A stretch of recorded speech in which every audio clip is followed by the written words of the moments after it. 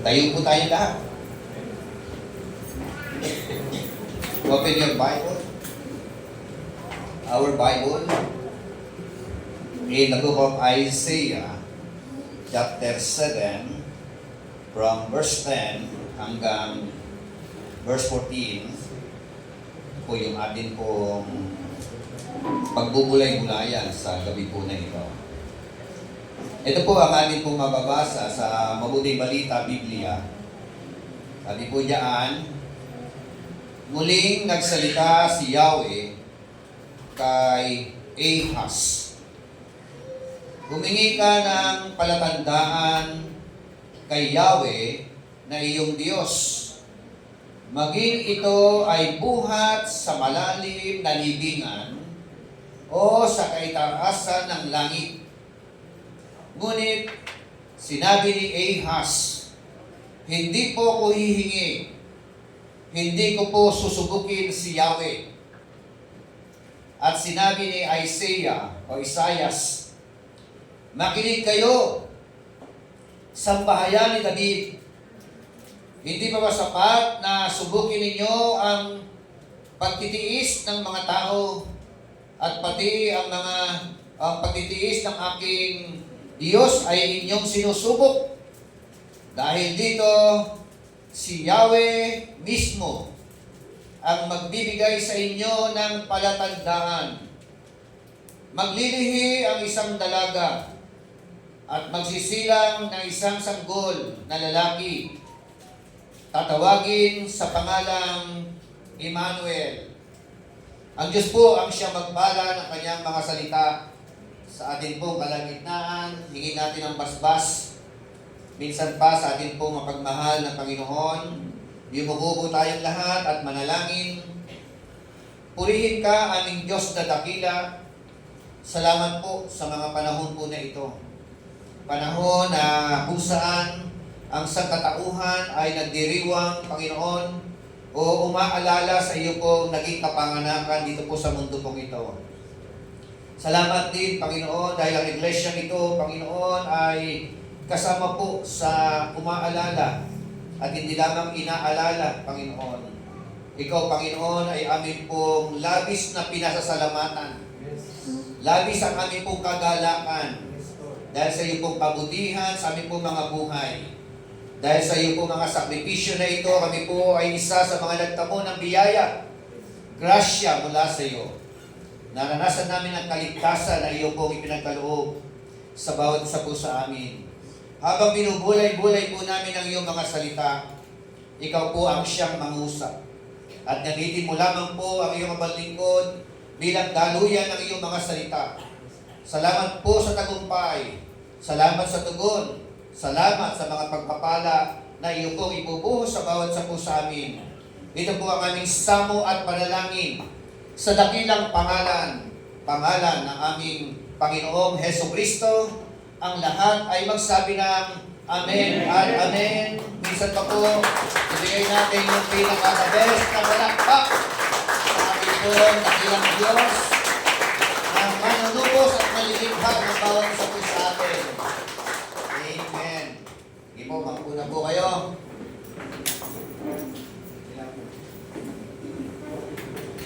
Ang atin pong pag-uusapan, the child Emmanuel, God is with us. Yan po yung atin pong tatalakayin.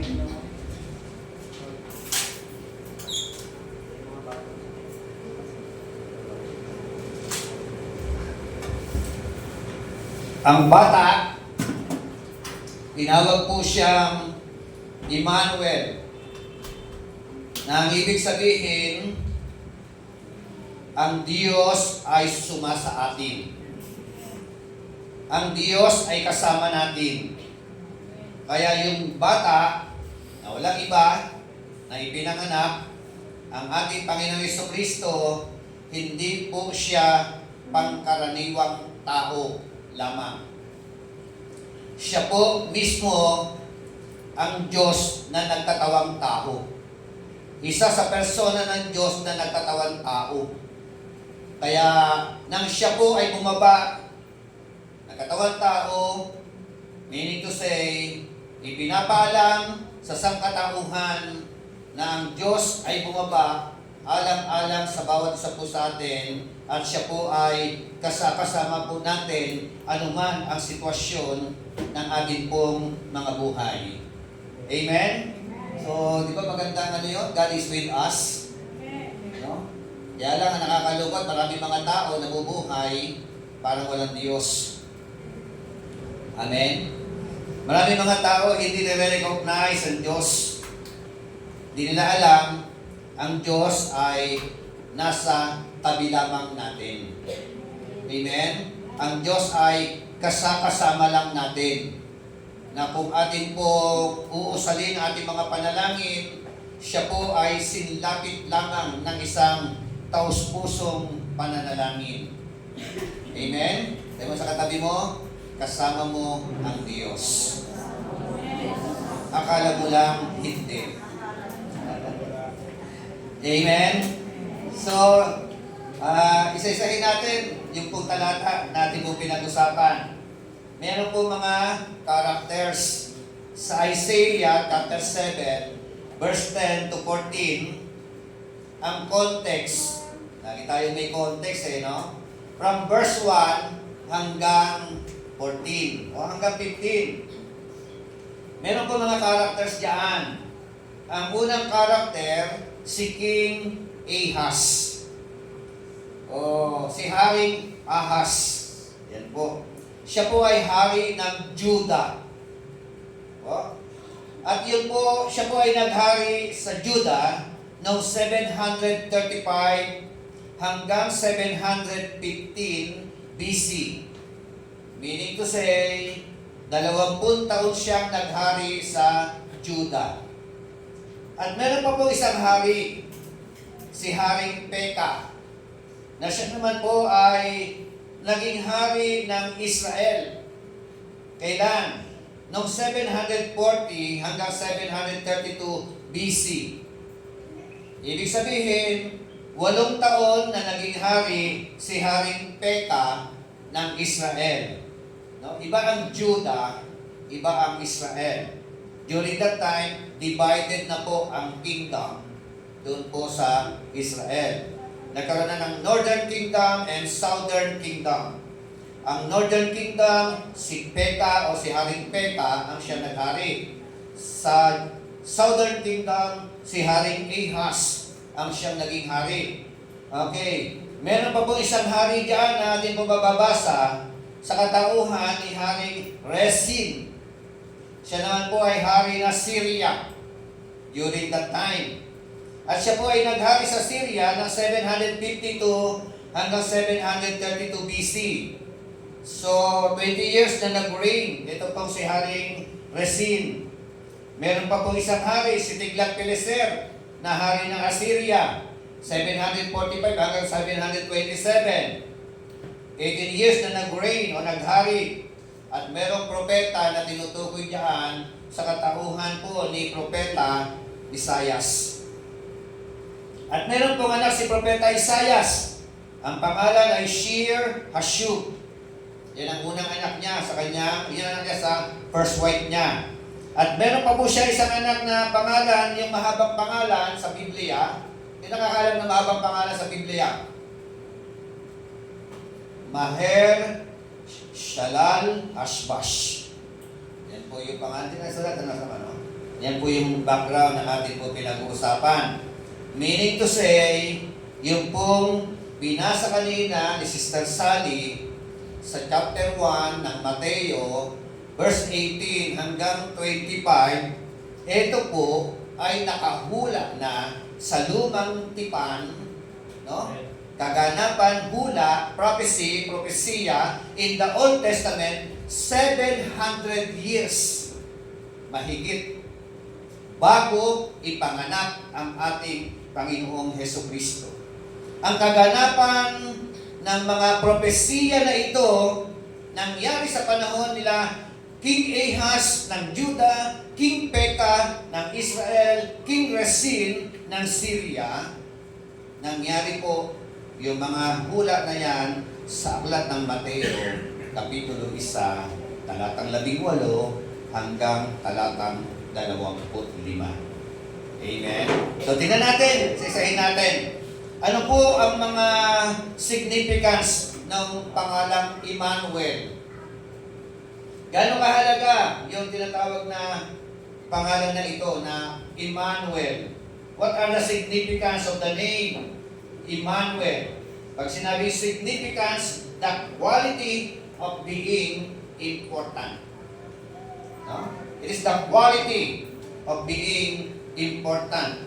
So, una, sa konteksto, from verse 1 hanggang verse 2, ito po ang background.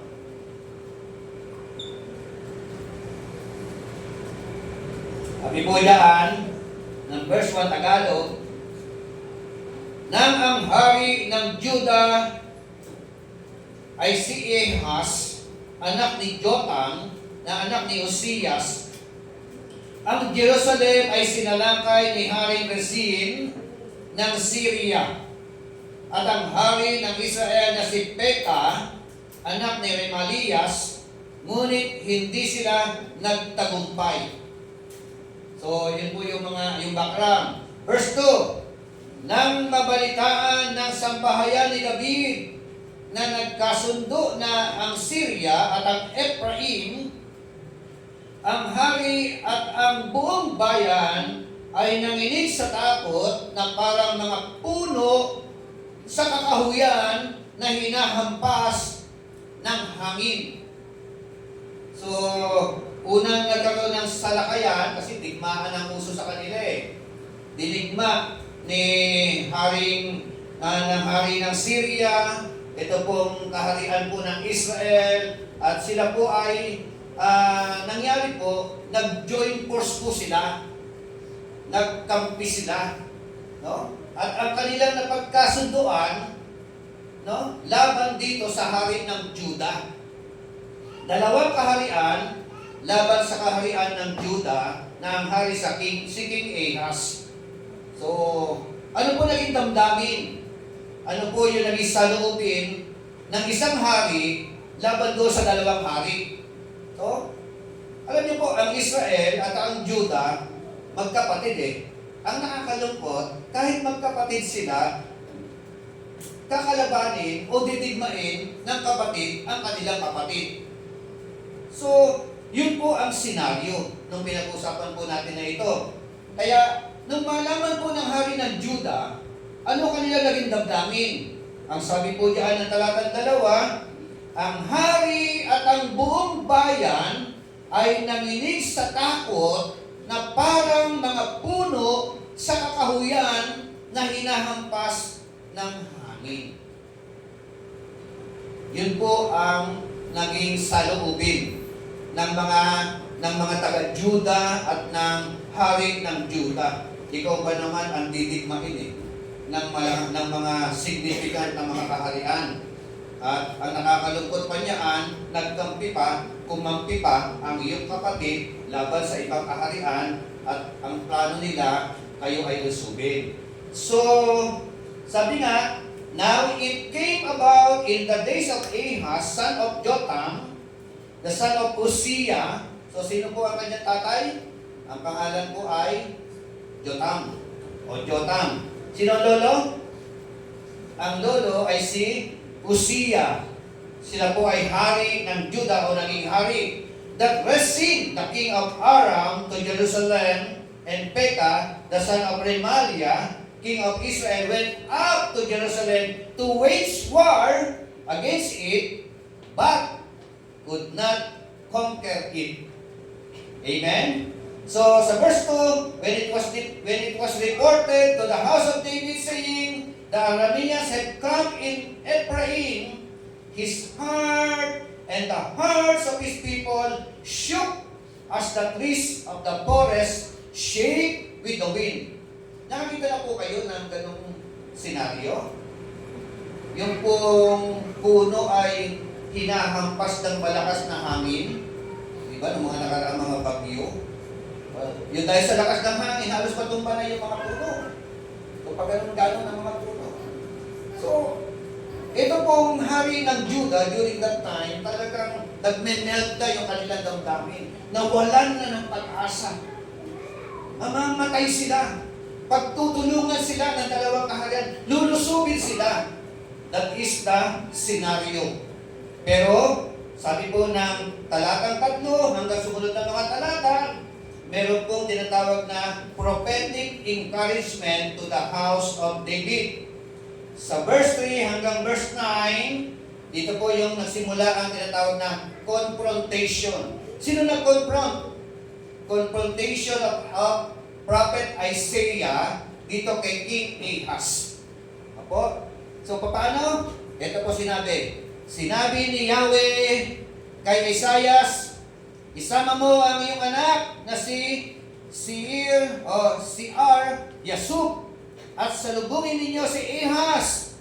Matatagpuan ninyo siya sa dulo o sa may dulo ng padaluyan ng tubig mula sa tipunan ng tubig sa itaas sa daang patungo sa dakong bilaran ng tela.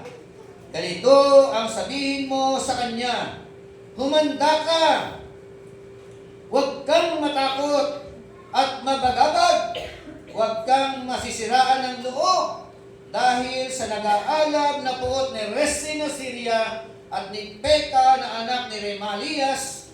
Ang dalawang iyon ay parang dalawang putol ng kahoy na umuusok ngunit walang apoy. Amen? Ito po yung confrontation. Sa panahon ng kawalang pag-asa, sa panahon ng tuliro, sa panahon na walang susulingan, no?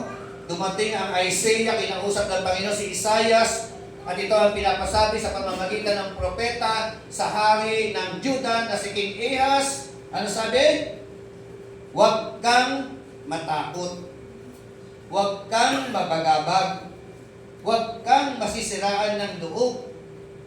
So, yan po isang napakagandang mensahe na po pwede rin natin maging personal na pangungusap ng Diyos sa bawat isa po sa atin. Sino po rito yung nakasuong sa mga mabibigat na problema? Sino po rito yung nakakaranas ng mga matitinding mga problema? Financial, physical, relational, no? Everything ating po mga kinakaharap. O kaya may mga threat, ano po, doon po sa ibang mga tao. Dito po kasi may threat at pinaka-konteksto, threat dahil sa dalawang hari. Lulusubin kayo at papatayin kayo ng dalawang hari. Pero sa pamamagitan po ni Propeta Isaiah, sinasabi po, ipinapasabi ng Propeta Isaiah kay hari o sa hari ng Judah na sino po yung hari? Si Haring Ahaz. Si Haring Ahaz. Ano po? Ang sabi po uli, ano? Huwag kang matakot o huwag matakot at huwag kayong mapagabag. Huwag kang masisiraan ng loob dahil sa nag-aalab na buot ni Rezin ng Syria at ni Peka na anak ni Remalias. Ang dalawang iyon ay parang dalawang putol ng kahoy na umuusok ngunit walang apoy. Pinapakita po dito yung kahalagahan po ng pakikinig ng salita ng Diyos at matapos po mapakinggan ng salita ng Diyos, magtiwala sa salita ng ating Panginoon Diyos. Amen? Yun po yung napakahalaga na ipinapakita sa atin. Ano po? Katulad din yan ni Propeta Ahaz. Ikaw ba naman ang lumagay sa kalalagayan ni Ahaz? Talagang manginginig ka sa takot. Amen? Pero tuloy natin. Sabi nga, Ahaz was to be comforted in verse 4 hanggang verse 6, not to fear the fierce anger of Syria and Israel. Not to fear the conspiracy of Syria and Israel. So, yun po ang comforting words, huwag matakot.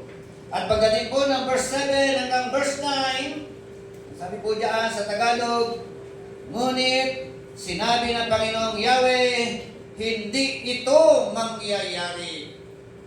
Amen? Tingnan niyo yung practical at saka yung yung pong salita ng Diyos. No? Yung practical, yung realidad, ito ang kanilang kalalagayan. Worst scenario. Kumbaga sa hopeless ang sitwasyon. Walang pag-asa, nakakatakot ang kanilang kalalagayan. Pero merong mga salita ng Diyos.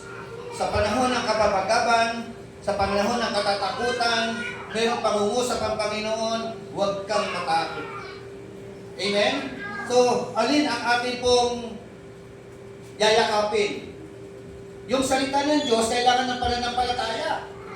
Yung practical na realidad na nangyayari sa buhay po natin, ito yung pag tinignan po natin ito, lalo kang magugulumihanan. Di po ba? Lalo kang matatakot. Lalo kang mawawala ng pag-asa. Ito po yung dalawang kailangan ng matibay na pananampalataya sa mga salita ng Diyos na ito. Amen? At ang sabi nga uli ng talatang 7, hindi ito mangyayari. Amen? Sino may sabi? Ang Diyos ang may sabi sa mga bagay na ito, sa kanilang karanasan o sa kanilang kinatatakutan, hindi ito mangyayari. Amen? So, yan po yung At sabi po ng verse 7 and verse 9, the conspiracy is doomed by God. Rezin will continue to be head of Damascus only and not Jerusalem. Yan po yung sinabi ng mga salita ng Diyos. So, Ephraim will lose national existence within 65 years. So, in other words, mga kapatid, after that, yung pong Israel ay bumagsak. Amen? So, ang Judah ay nanatili. So, pagdating ng verse 10, dito po tayo magpo-focus, verse 10, hanggang sumunod na mga pangungusap, sabi roon, the sign offered to Ahaz and the house of David, sabi doon, muling nagsalita si Yahweh kay Ahaz. Humingi ka ng palatandaan kay Yahweh na iyong Diyos, maging ito ay buhat sa malalim na libingan o sa kaitaasan ng langit. Amen. Meaning to say, sa pamamagitan ng propeta, kinompronta, kinausap ang Haring Ahaz, ang command sa kanya, Ahaz was commanded to ask of a sign. Sa verse 11. Pero ang nakakalungkot, si Ahaz po ba ay humingi ng mga palatandaan? Ano ang implikasyon? Bakit hindi siya humingi ng palatandaan? Alam niyo po, it is a sign, sabi nga, ibig sabihin, si Ahaz ay hindi po nagtiwala sa ating pong Panginoon. Amen? So, from verse 10 hanggang verse 13, muling nagsalita si Yahweh kay Ahaz at humingi ka ng palatandaan kay Yahweh na iyong Diyos, maging ito ay buhat sa malalim na libingan o sa kaitaasan ng langit. Ngunit sinabi ni Ahaz, hindi po ako hihingi, hindi ko po susubukin si Yahweh. Sinabi ni Isaias, makinig kayo, sambahayan ni David, hindi pa ba sapat na subukin ninyo ang pagtitiis ng mga tao at pati ang pagtitiis ng aking Diyos ay inyong sinusuko. Tingnan niyo po yung senaryo. Lumapit ang propeta, kinausap po ang hari, at ang sabi po ng propeta doon sa hari, mag-ask ka ng sign. Meaning to say, when you ask a sign, ikaw ay naglalagap ng tiwala doon po sa atin pong Panginoon Diyos. But the problem, nung sinabi ng propeta na ikaw ay magbigay ng mga sign o palatandaan, hindi po siya humingi ng anumang senyales o anumang mga palatandaan. Yung pong sinabi po ni Isaias na ito po ay bukas na pangungusap. Pwede mong hilingin yung pong pagsupil doon sa mga hari na yan, anything, bukas na salita mula sa Panginoon, pero hindi niya ginawa yung mga bagay na yon. Bagkus, ni-refuse niya yung pong pangungusap na yon.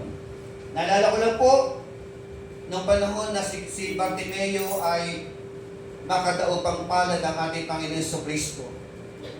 Ano po sabi ng Panginoon Jesucristo kay Bartimeo?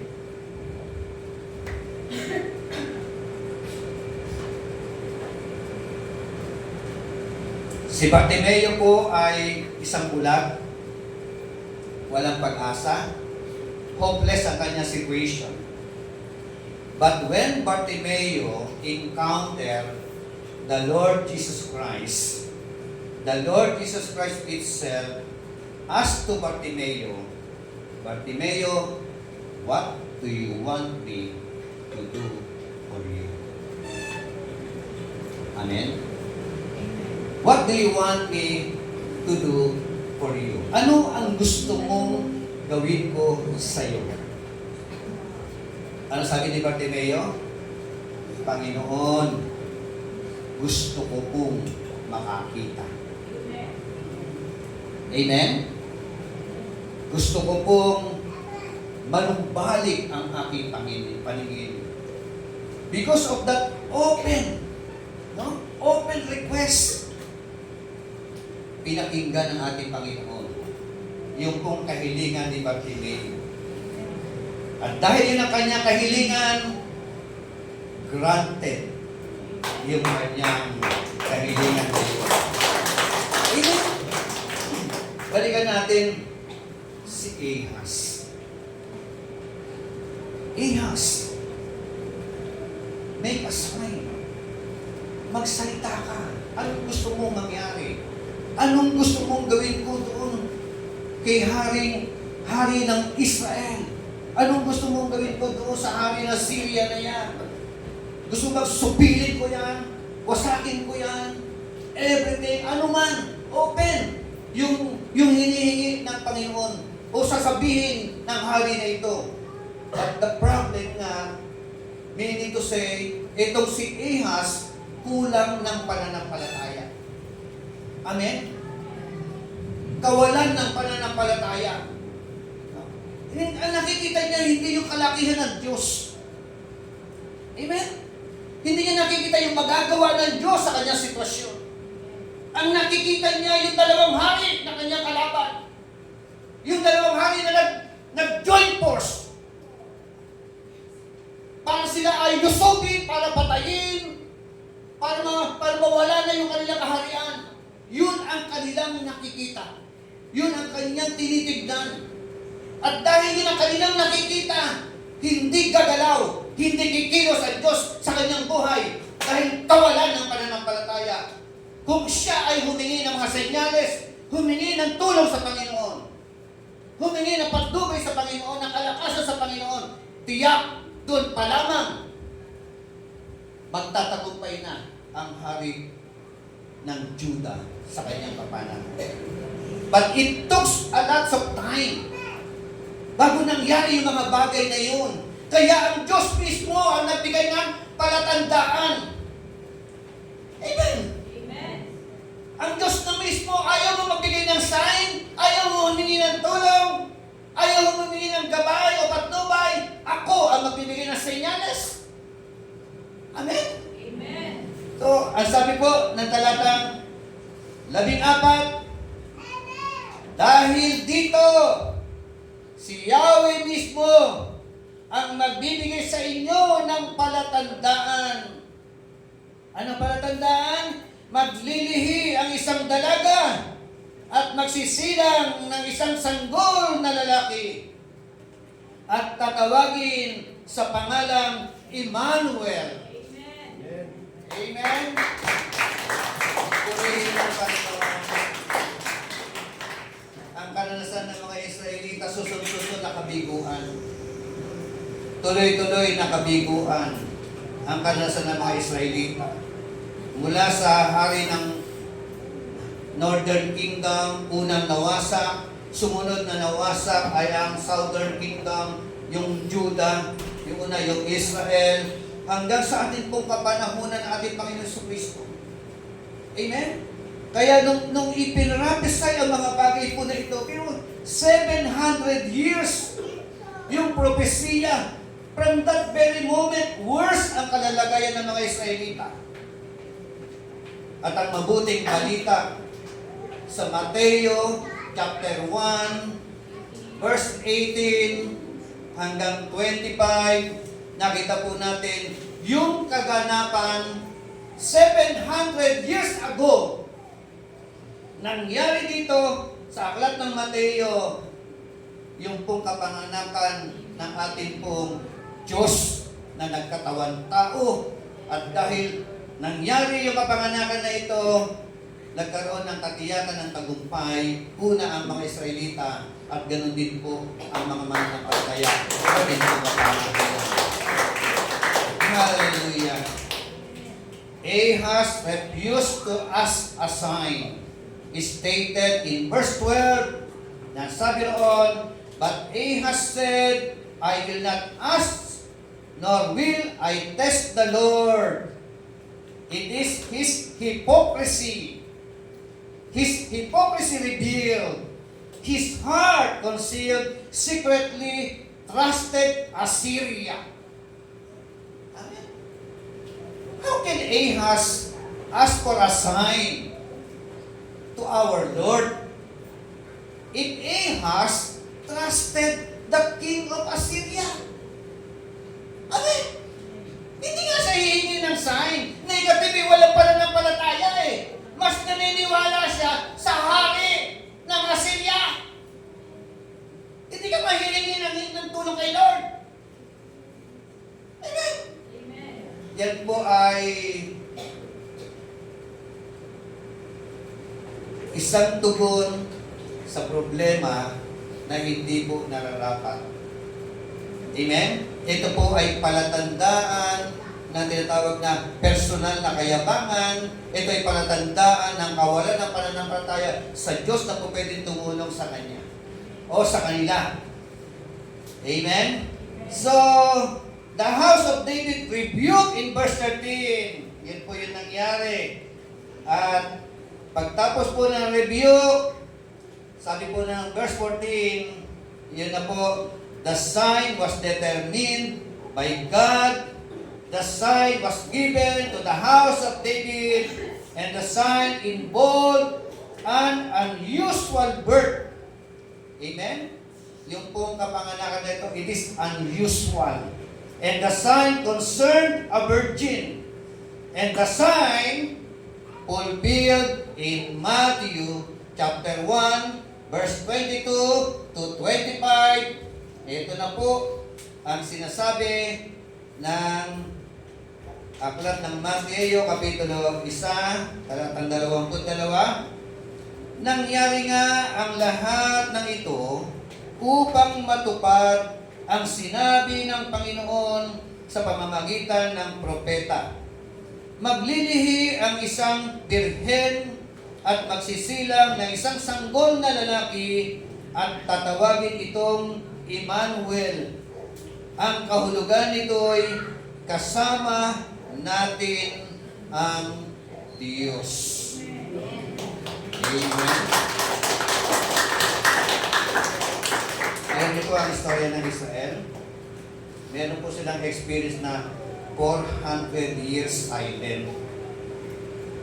Sa loob ng 400 years na yun, wala pong pangungusap ang mga propeta. Walang salita ng Diyos na narinig sila. Walang nag-exist na propeta. Wala, para bagang iniwanan sila ng ating Panginoon Diyos. But the good news is, after ng 400 silent years, yung langit po ay nagsalita, nangusap, at sinabi, sa pagkatapos ng mga problema na ito, ang Diyos ay bumaba mula sa langit, nagkatawan tao sa pamamagitan ng isang birhen at tinawag ng Emmanuel from now on.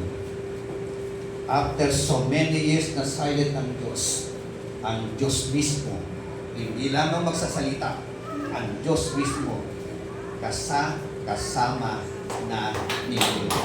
Yes. Amen. Kaya, sa bawat isa po sa atin, sabi nga, the ultimate fulfillment of this prophecy is on our Lord Jesus Christ, who is God, is with us. The virgin birth of Christ is a key doctrine. If Jesus is that God come in sinless human flesh, then we have no Savior. Ulitin ko po. Kung si Jesus daw po ay hindi Diyos na bumaba, no? Na walang kasalanan yung kanyang pagkatao, wala po tayong kaligtasan. Amen?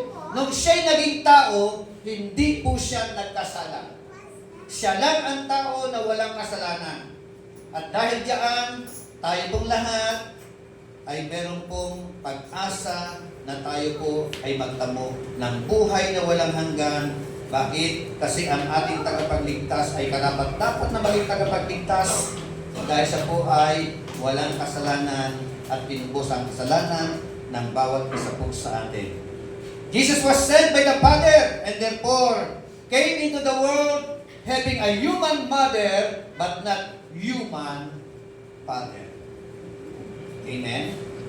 So, ang dugo na nananalaytay sa ating Panginoon ay purong galing sa ating pong Panginoon Diyos doon sa langit. Amen? Siya po ay walang kasalanan at dahil diyan, tayo po ay 100% sa bawat babae at lalaki na nagtiwala sa ating Panginoon, meron po tayong assurance ng kaligtasan. Ano man ang problema kinakaharap po natin, ano man sitwasyon meron tayo, ano man ating mga kalalagayan sa buhay, katulad ng mga Israelita, always remember that God is with us. Emmanuel is with us. Tumayo po tayo lahat.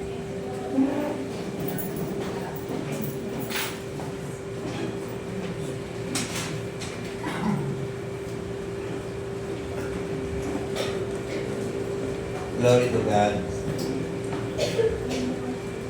Salamat po, Panginoon, dahil nakita po namin sa liwanag ng iyo pong mga salita, 700 taon ang nakalipas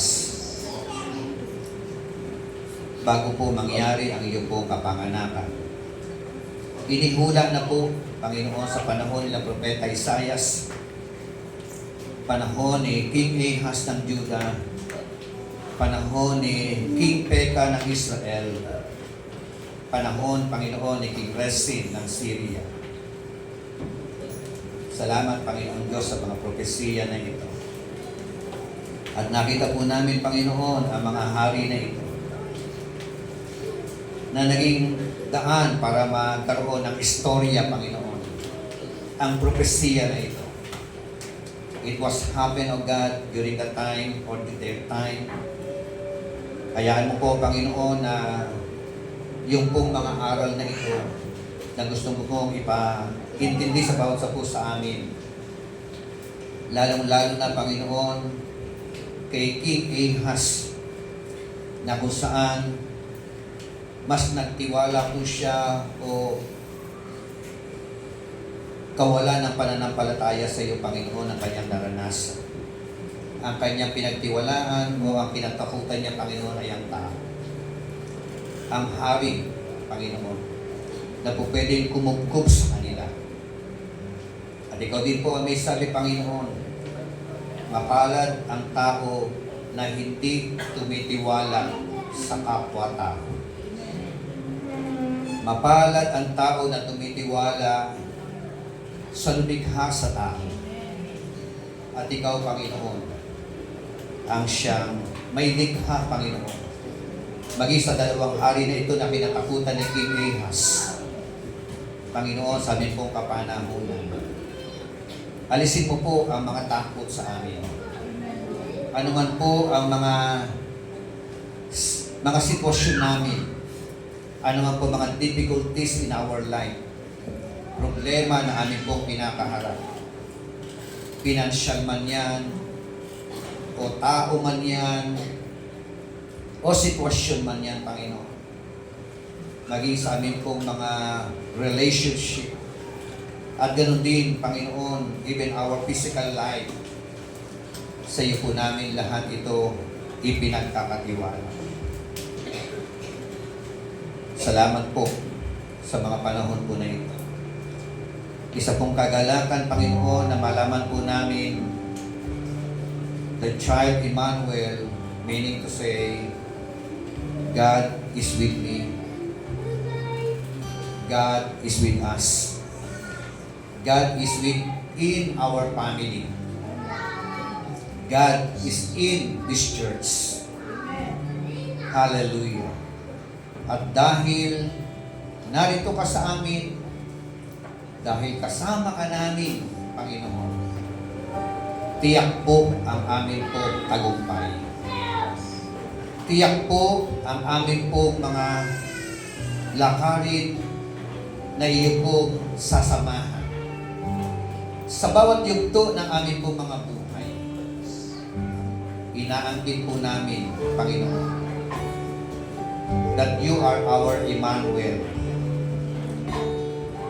You are with us in every aspects and situations na hinaharap po namin. Salamat sa mga pangako mo po na ito, Panginoon. Pangako mo sa mga Israelita, pangako mo sa mga nagtitiwala sa iyo, Panginoon. Pangako mo sa bawat babae at lalaki na naglagak ng pananampalataya at pagtitiwala sa iyo, Panginoon. Glory to God. Habang inaawit po namin ang mga awitin na ito, Panginoon, hayaan mo po ang galaw ng Santong Espiritu sa amin po kalagitnaan.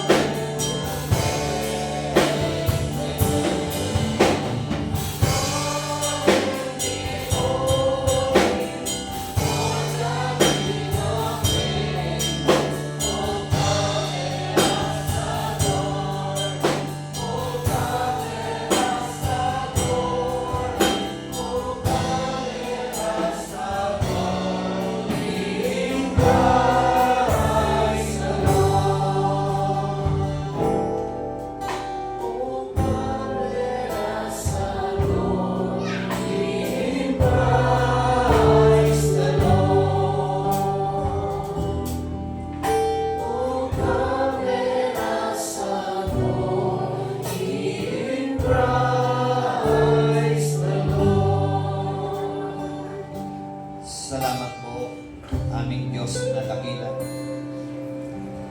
Salamat po dahil sa iyong dakilang pagmamahal sa bawat isa po sa amin. Sa panahon, O Diyos, na kawalan ng pag-asa, sa panahon, Panginoon, na ang sangkatauhan ay lubhok sa kasalanan, hindi kayang iahon o umahon sa kasalanan. Lahat ng tao, Panginoon, ay pabulusok doon po sa impyerno. Subalit ikaw po ay gumawa ng hakbang-hakbangan upang ang tao na makasalanan ay magtamo ng kapatawaran sa kanila po mga kasalanan. Ikaw mismo, aming Diyos, ay nagkatawang tao.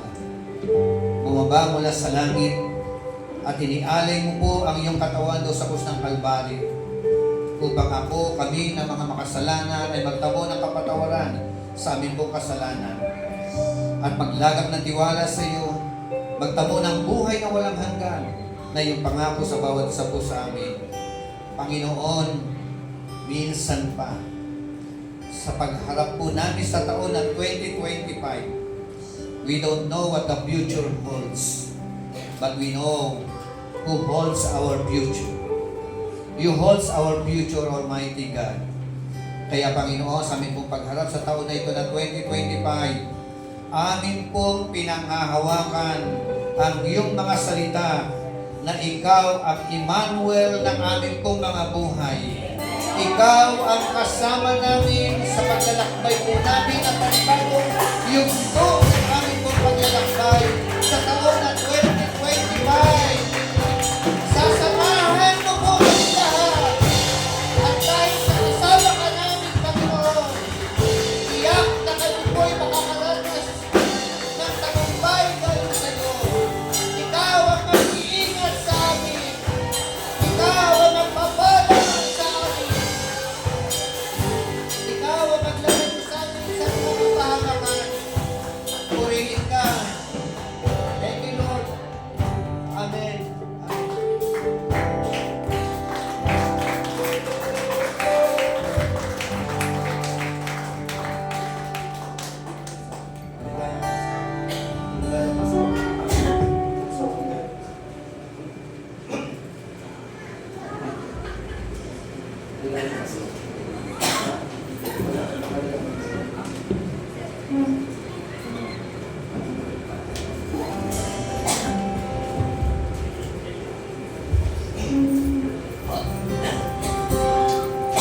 Awit tayo ng